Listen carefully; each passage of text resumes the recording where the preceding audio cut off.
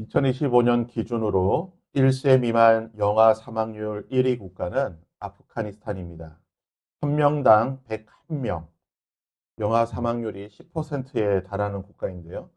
대부분의 아프리카 국가들은 6에서 8% 정도의 영아 사망률을 기록하고 있습니다. 반면 우리나라의 영아 사망률은 1000명당 2.4명, 0.24%인데요. 세계 최저 수준의 영아 사망률을 기록하고 있습니다. 조선시대에는 여러 가지 자료와 또 기록을 참고해서 추정할 때에 최소 20%에서 30% 정도 영아 사망률이 있다고 생각이 됩니다. 100명이 태어나면 대략 30명 정도는 죽었다고 보시면 됩니다. 예수님 당시인 1세기 로마의 영아 사망률 역시 30% 정도 되었을 것이라고 역사학자들은 추정하고 있습니다. 놀라운 사실은요, 5세 미만의 영유아 사망률은 무려 50%라고 생각이 됩니다. 100명이 태어나면 5세 전에 50명이 죽었다는 것입니다. 지금도 가장 전 세계에서 고통받고 위협을 받고 있는 생명의 위협을 받는 그룹은 영유아들입니다. 이번 주는 고난주간입니다. 새벽 시간에 만왕의 왕 되신 예수님께서 당하신 여러 고난에 대해 살펴보고 함께 기도하고자 합니다. 오늘은 예수님께서 당하신 고난 가운데에 육체의 고난에 대해서 살펴보겠습니다. 예수님은 잉태하신 순간부터 십자가에서 죽으실 때까지 고난의 삶을 사셨습니다. 예수님의 부모인 요셉과 마리아는 약혼을 하게 됩니다. 당시 유대에는 약혼을 하면 1년 뒤에 결혼을 하게 되는 그러한 문화가 있었습니다. 요셉과 마리아 역시 약혼하였고 아마 1년 뒤에 결혼을 할 예정이었을 것입니다. 약혼을 하게 되면 법적으로 이미 부부인 것입니다. 정식 부부로 인정을 받게 됩니다. 그런데 1년의 이 약혼 기간 동안 마리아가 임신을 한 것입니다. 요셉의 입장에서는 마리아는 간음을 한 것입니다. 마리아는 율법에 따라 돌에 맞아 죽게 되는 투석형에 처할 수 있습니다. 다들 출산과 육아를 해보셨겠지만 이 임신 기간이 얼마나 중요한 기간입니까? 잘 먹고 잘 쉬고 잘 보고 잘 듣고 편안하게 지내야 태아도 건강해지는 것입니다. 하지만 이 마리아의 임신 기간은 어땠을까요? 누구에게도 자랑할 수가 없습니다. 마음 편안하게 해결을 할 수도 없습니다. 숨어 지내야 하는 것이죠. 실제로 성경을 보시면 마리아는 숨어 지냈을 것이라고 추정할 수가 있습니다. 그나마 남편 요셉은 의로운 사람이었기에 가만히 끊고자 하였습니다. 즉 이혼 증서를 써주어서 이혼을 하려고 하였습니다. 정말 불행 중 다행이라고 볼 수가 있습니다. 저는 예수님은 마리아 태중에 있을 때부터 육체의 고난을 겪으셨다는 것입니다. 예수님께서 태어나셨을 때는 어땠을까요? 예수님은 마리아의 태중에 있을 때에 호적을 하기 위해 나사렛에서 갈릴리에서 이 베들레헴까지 가게 되는데요. 지도에서 보듯이 직선 거리로 가게 되면 대략 한 110km 정도 이 돌아서 가게 되면 실제로 육로를 통해서 걸어가게 되면 훨씬 더 먼 160km 정도 떨어진 곳입니다. 성인 남성이 도보로 걷게 돼도 일주일 이상 걸어야 되는 거리입니다. 만삭이었던 마리아가 걸어서 가게 되면요. 열흘, 보름 정도 걸리는 아주 먼 거리입니다. 말이나 나귀를 타더라도 5일 이상 걸리는 이 먼 거리인데요. 더군다나 이때는 겨울이었습니다. 모든 조건이 최악입니다. 유산을 하지 않은 것만 해도 정말 다행이라고 볼 수 있는 거리입니다. 이제 겨우 베들레헴에 도착을 하였더니 지낼 곳이 없습니다. 성경은 더욱 구한 곳이 여관에 딸려 있던 가축들이 머무는 가축의 울이라고 할 수 있는 아주 작은 방뿐이었다라고 말합니다. 이 방에서 예수님은 태어나셨습니다. 예수님이 태어나셨을 때 모습을 성경에 이렇게 기록합니다. 누일 곳이 구유밖에 없었다. 구유가 무엇입니까? 가축들의 밥그릇인 여물통을 말합니다. 당시 여물통은 돌을 파서 만들었던 그런 아주 조잡하고 거친 그런 모양이었습니다. 아마 예수님은 태어나자마자 처음 누이신 곳이 이 돌덩이, 차가운 돌덩이, 그리고 냄새나고 축축하고 불결한 이 돌 여물통이었습니다. 이런 환경이니 당시 영아 사망률이 50%가 될 수밖에 없는 것이죠. 예수님이 태어나시고 난 뒤에는 어떻습니까? 헤롯 왕이 오늘 본문의 말씀처럼 예수님을 죽이려고 베들레헴과 인근에 있던 2살 아래 아이들을, 남자아이를 다 죽이게 됩니다. 예수님은 헤롯의 박해를 피해 태어나시자마자 할례를 받으시고 베들레헴을 떠나 애굽으로 피난을 가시게 됩니다. 예수님께서 가셨던 이 피난 가셨던 애굽의 정확한 위치는 알 수 없지만 여러 전승과 또한 기록을 참고해 보면 아마 나일 삼각주의 인근에 있던 이런 도시지 않았을까라고 추정을 할 수가 있습니다. 이곳은 대략 베들레헴에서 350km 이상 떨어진 그러니까 서울, 부산 정도 되는 거리라고 볼 수가 있습니다. 도보로 가게 되면요, 한 달 이상 걸리는 거리. 말이나 나귀를 타더라도 2주에서 3주가 걸리는 아주 먼 거리입니다. 이 길을 가기 위해서는 사막과 광야를 통과해야 됩니다. 태어난 지 100일도 되지 않은 아이입니다. 목도 제대로 거닐 수가 없는 이런 아이가 한 달 이상 걸리는 이런 거칠고 험난한 길을 가야 한다는 것입니다. 애굽에서도 한 곳에만 머물지 않았습니다. 여러 곳을 다녔을 것이라고 추정이 됩니다. 그러니 예수님께서 이 2살 때까지 다시 돌아오시는 이 2살 때까지 얼마나 힘든 육체의 고난을 겪으셨겠습니까? 다시 2년 후에 또다시 이 거친 여정을 예수님은 반복하셨다는 것입니다. 예수님이 2살이 또는 3살이 되어서 애굽에서 나사렛으로 돌아오게 됩니다.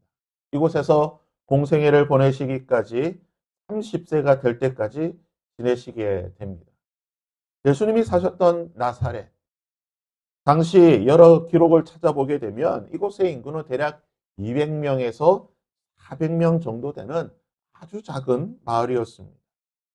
성경은 예수님의 직업이 예수님과 요셉이 목수였다라고 말합니다.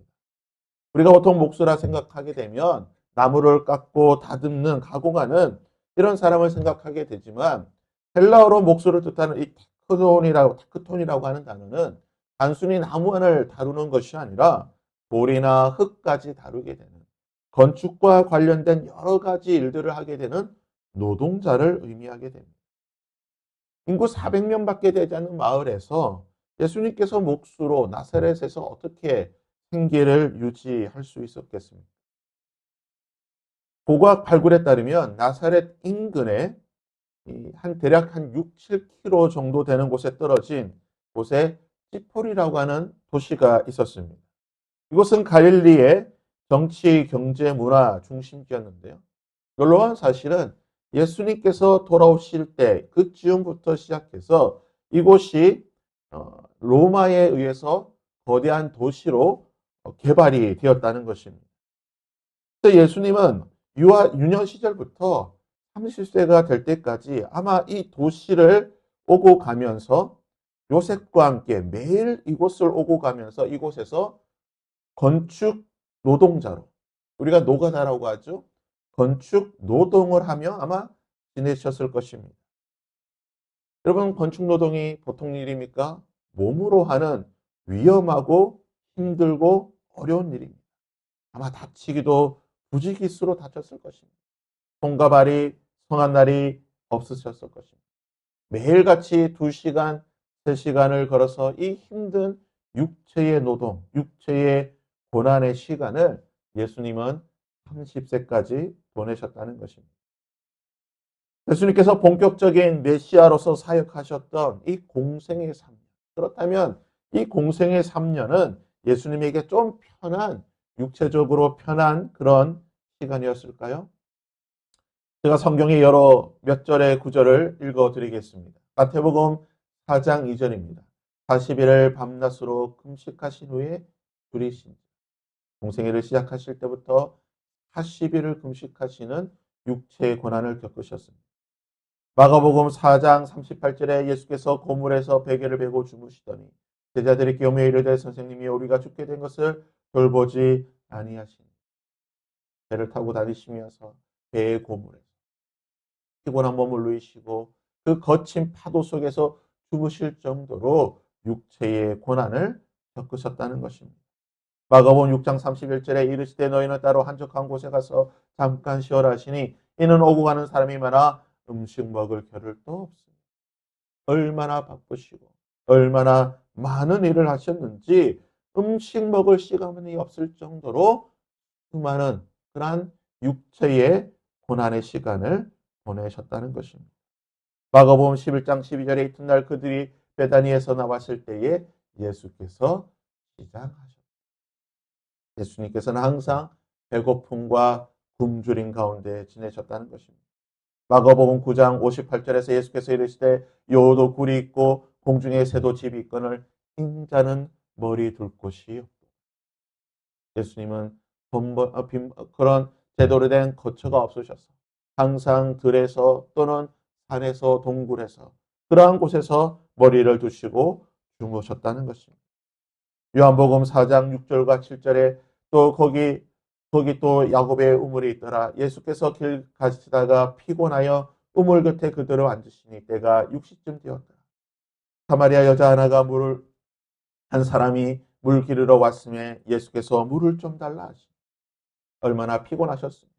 길을 가다 그냥 우물 곁에 털썩 주저앉으시고 쉬셨는데 그때가 제6시 한낮에 태양이 내려쬐는 곳에서 그 거친 환경 속에서 얼마나 피곤하셨으면 그냥 앉아서 쉬고 계실 정도.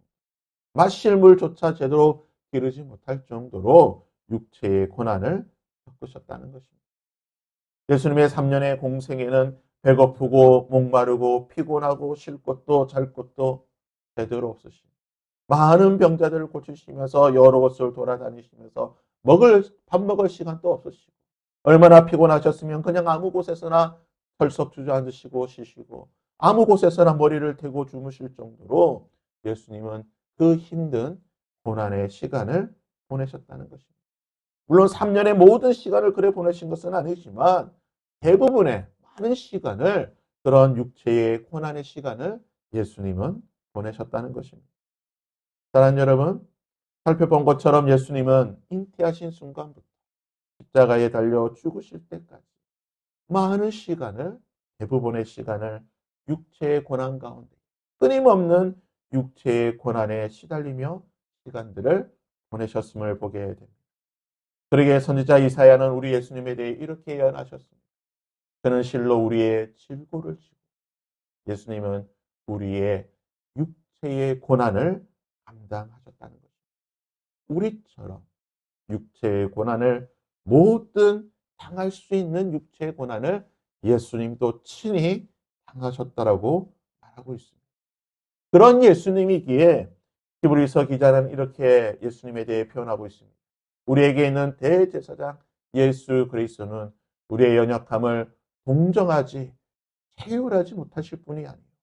모든 일에 우리와 똑같이 시험을 받으시니로되 죄는 없으시오.